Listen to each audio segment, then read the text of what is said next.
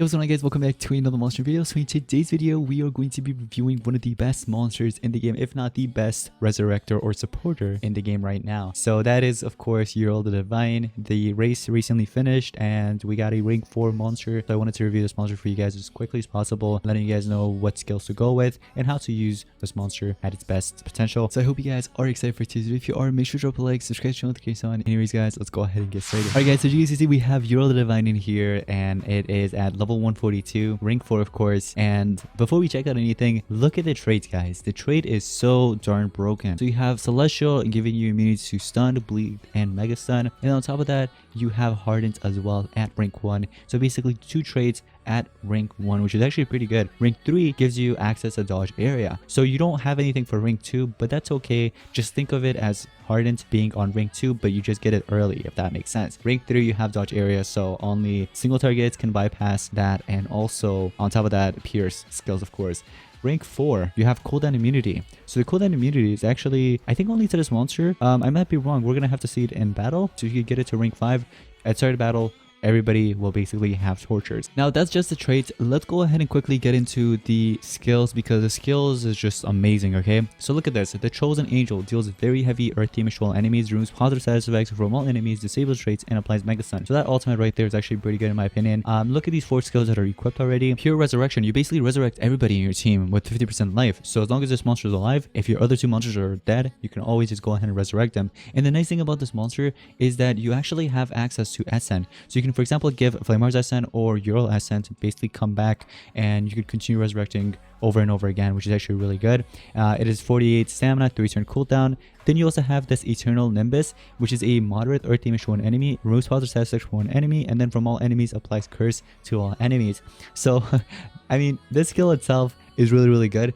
Besides the curse, you're basically cleansing, you're PRing twice from all enemies. Well, one monster will be PER twice, and then the rest of them will just get PER'd once. Positive effect removal, in case you don't know what PER is. So if they have Megaton Status Caster, for example, you cleanse that, and if the other 2 monsters have like not dodge area, let's not say dodge area, damage boost or something like that, you know what I mean? You basically cleanse that or any other positive effects that they have. Now you also have this other skill here that removes all negative status effects from all allies.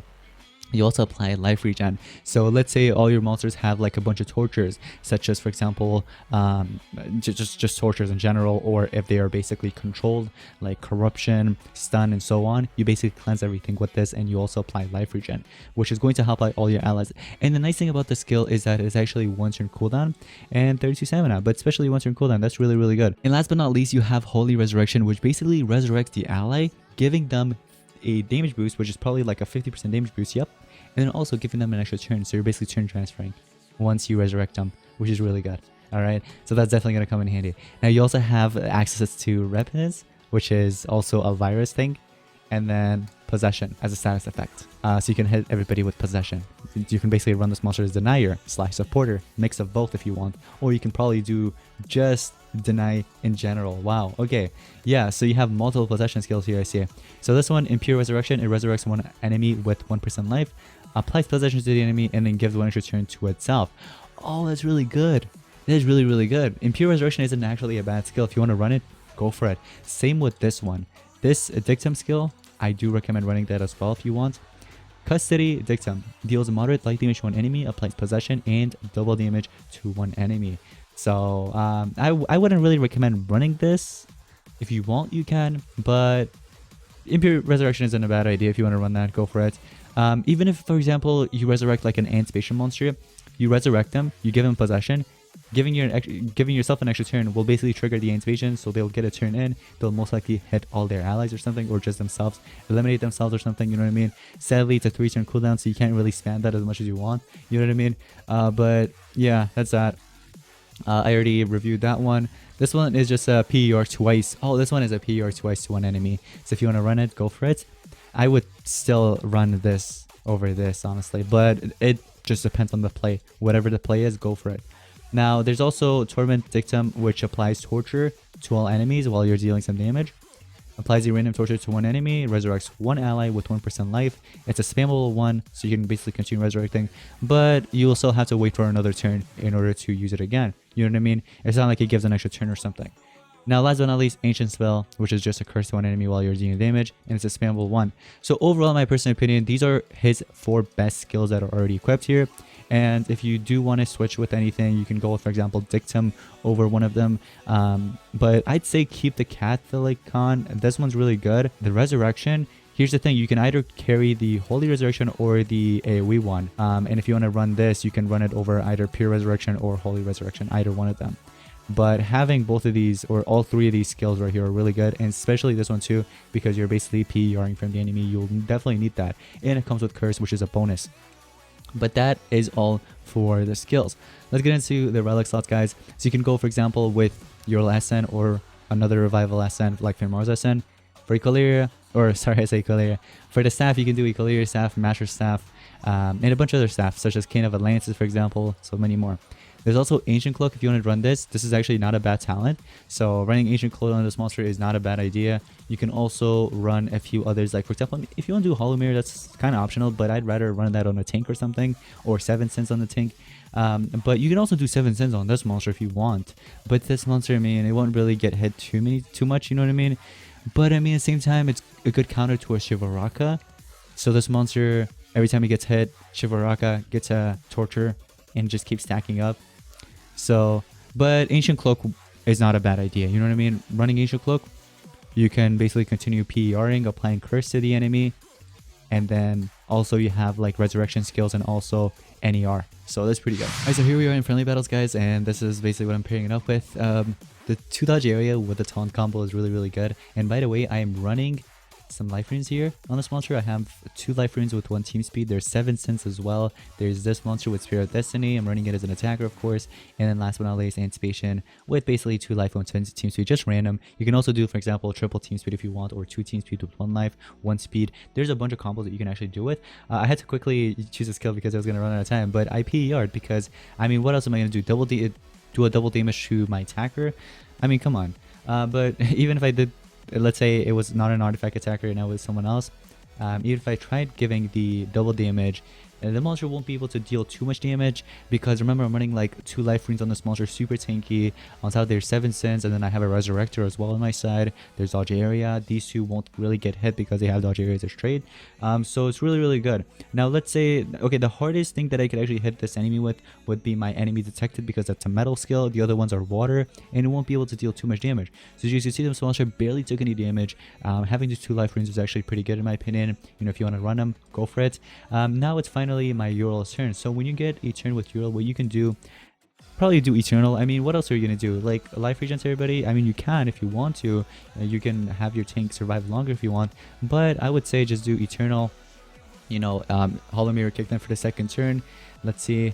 Recently stunned. Alright, so the monster lost a turn. What we're gonna do here is go as hard as a rock, because we want the 100% damage mirror, because why not? Purgatory Throne kick, then we're gonna do Candy Can't Hit to PER that, and then even if Hollow Mirror kicks in, I don't know if there is a turn.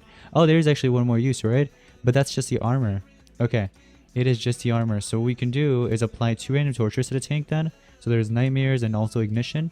Spirit of Destiny kicks in, deals extra damage, of course. And yeah, like having a tanky team like this isn't really a bad idea. If you want to go for it, guys. But look, if I try to use an AoE skill, let me tell you guys how bad this is. If you try to use an AoE skill against 2 dodge area monsters, only the taunt will be getting hit, and on top of that, I barely dealt damage to the tank, you know what I mean? And I can always keep that in mind. I can always just go ahead and, okay, so let's say I cleanse everything in here, right? Because that's the best thing you can do, cleanse everything. But I can always just go ahead and do life regen here and cleanse everything. So there was a torture in my tank, I got rid of it. Surprise gifts, let's go on and hit him. It hits pretty heavily, and Clutch gets a turn in. So with Clutch, I can probably go with, I could do like hard as a rock or something, or I could have done my Megataunt as well if I wanted to, but let's not do that. So here we go with Clutch. Let's see what we can do. We have Steel Stomp, or we can do this one, which is an AoE skill that deals damage. 7 cents kicks in again, guys. Okay. So we can't do double damage to everybody, but let's say PER, right? Again, the other 2 monsters won't be getting hit. So the Anticipation Cloak will stay there for as long as it wants, you know what I mean, for the 3 turns, because it can't really get hit. The monster can't get hit unless there's a pierce on the enemy side, then sure. Like for example, Jaegar. Jaegar is going to be used quite a lot, maybe as now on, just because of his pierce mechanic. But look, again, The most I can do is maybe apply 2 tortures, and that's clutch. And guess what? Even if I tried doing it, it didn't even land. And on top of that, even if it landed, it's okay. Look at that. The torches kicks in. Of course, it's an artifact, so I won't get any hit from it. I didn't even have to use any of my resurrection skills. Isn't that crazy? But resurrection skills will definitely come in clutch as well. But let's say, for example, Rocky Stump, we can do this and deal damage to everybody. And there we go. Finish it off with surprise gifts. GG. Alright guys, here we go again. But this time I switched some things up a bit. I'm sure you notice I went with, of course, this monster here.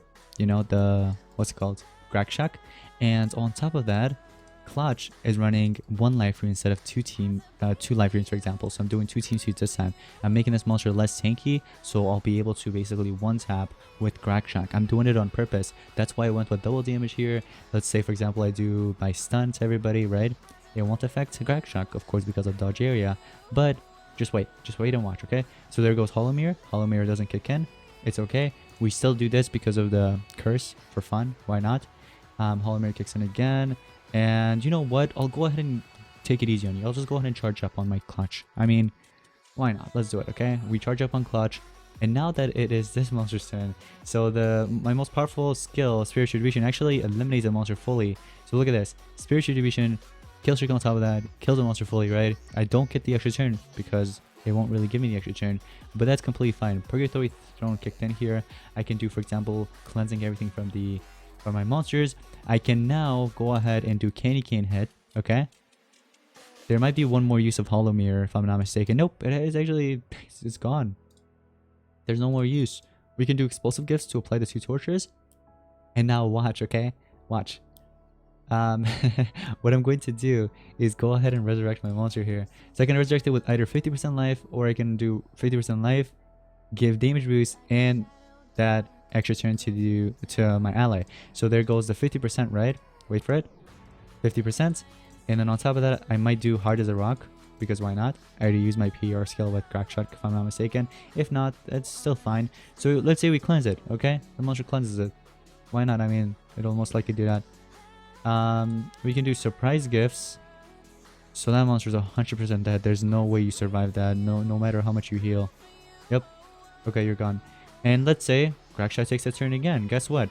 I use, for example, my single target, eliminate the monster again, right? I do get the extra turn, but Anticipation kicks in, right? Because of the Anticipation Cloak. Now what I can do is use my other resurrection skill, and as you guys can see, the monster is back. And let's say I go ahead and eliminate it again, but this time the Grakshak won't get an extra turn because, of course, there's no kill streak that gives you another extra turn with that. It already did once. So let's say I cleanse everything, for example, on myself. I can do Candy Cane hit.